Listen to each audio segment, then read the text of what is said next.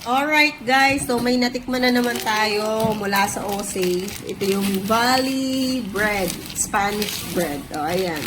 So natikman na ni nanay ni Angie, tsaka ako. Si tatay hindi pa nakakatikim. So 5 piraso siya, tingin ko. Tapos 26 ata siya, 26 pesos ganun. So mura na siya. Masarap naman.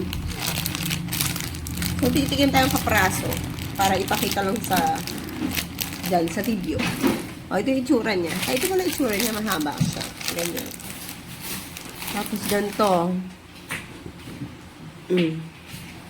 So, masarap naman so far. Sabi din ng kapatid ko, masarap daw. Ayun yung palaman niya. Ha? First time yung may nagustuhan ng Spanish. Oh, ayun daw. First time niyang may nagustuhan ng Spanish. Ayun sabi niya. So, siguro, masarap nga. Diba?